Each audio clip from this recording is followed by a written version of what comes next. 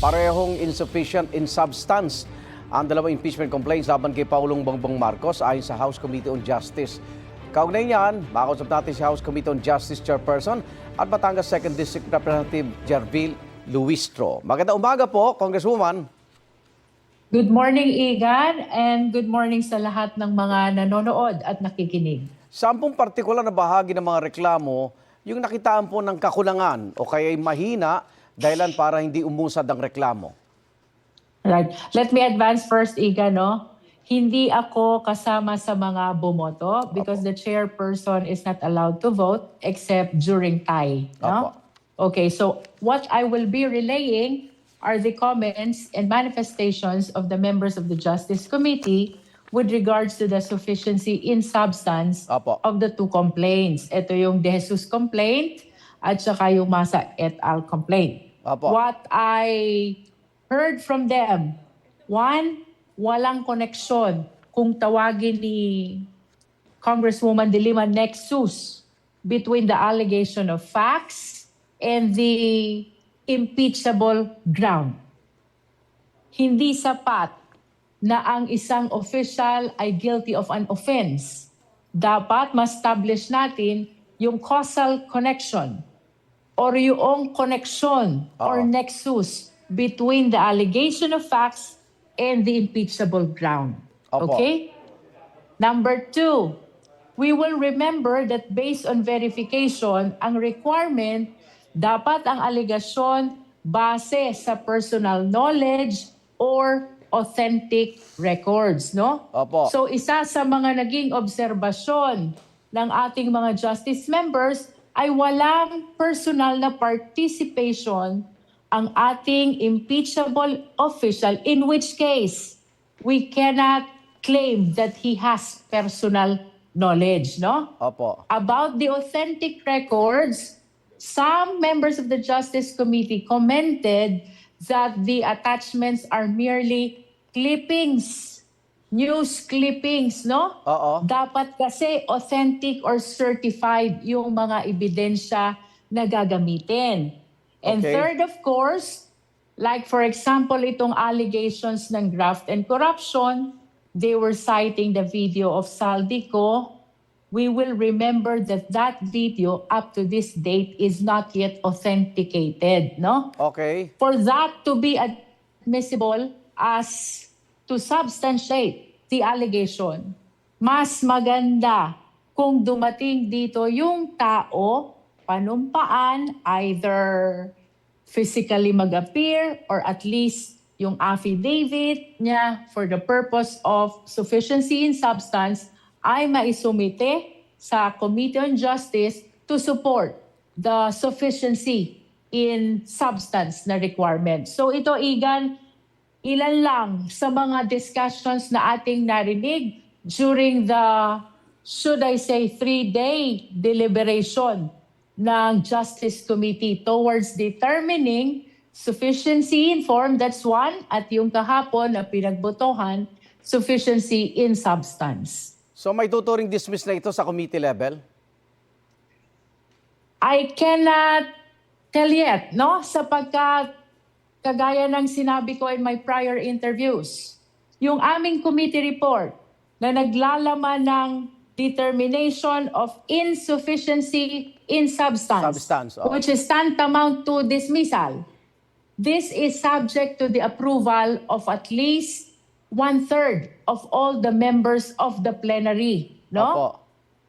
Kung i-disapprove ito ng at least 1/3 of all the members of the plenary, that will amount to reversal. Parang binaligtad ang desisyon ng Justice Committee, in which case, ibabalik ito sa Justice Committee and the Justice Committee will be constrained to come up with our articles of impeachment. And after that, that articles of impeachment will be submitted again to the plenary para aprubahan muli ng at least 1/3 ng members of the House. At pagka ito ay na-achieve, itong 1/3 na ito, that will warrant transmittal to the Senate.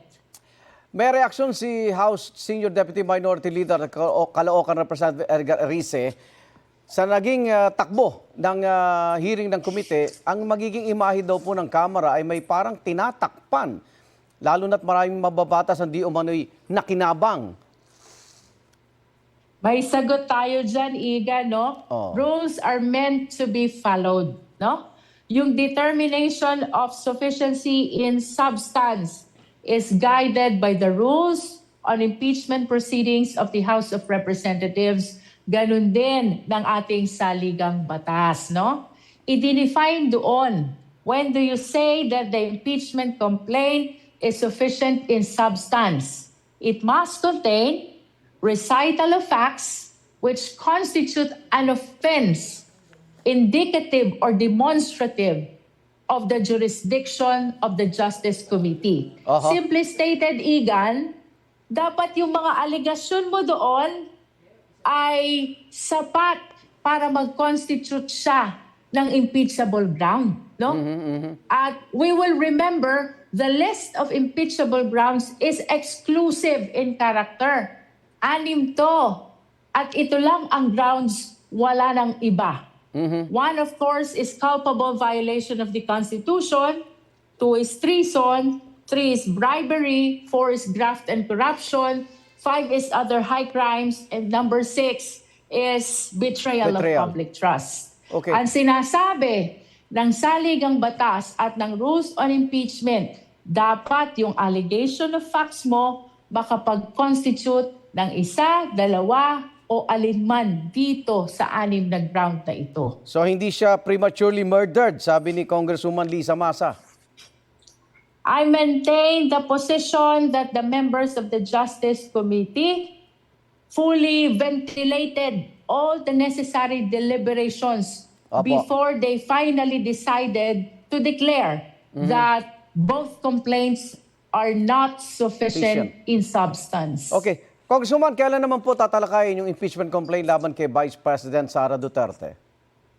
The only information I have, Igan, is nung ni-receive ni SecGen, no? Opo.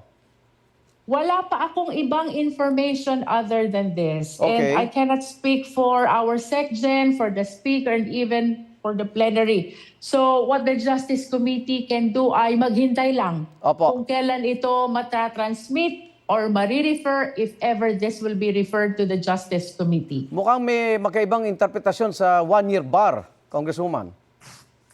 Yes. Based on the original decision of the Supreme Court, no? Ang sabi, deemed initiated from February 5. That is 2020... What's that for? Nalito na naman ako 2025. magbilang, no? 2025. 2025. Opo. Because that was the date when at least 1/3 of all the members of the House filed the impeachment complaint, which was declared unconstitutional by the Supreme Court, no? Opo. That was the reckoning period, February 5, 2025. That Opo. is why they are saying February 6, 2026, pwede na ulit mag-file ng impeachment complaint, no?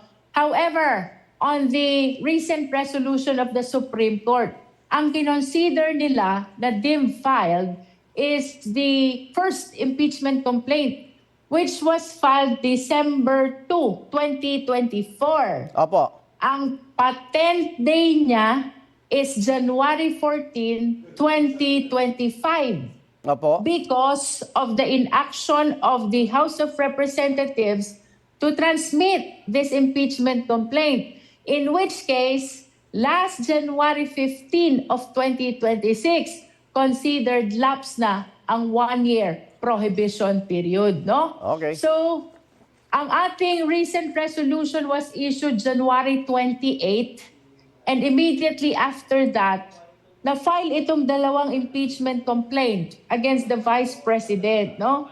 So the confusion now lies on kailan ba talaga nag-expire? Was it last January 14 of 2026? Or February Or will it expire on February 5 of 2026?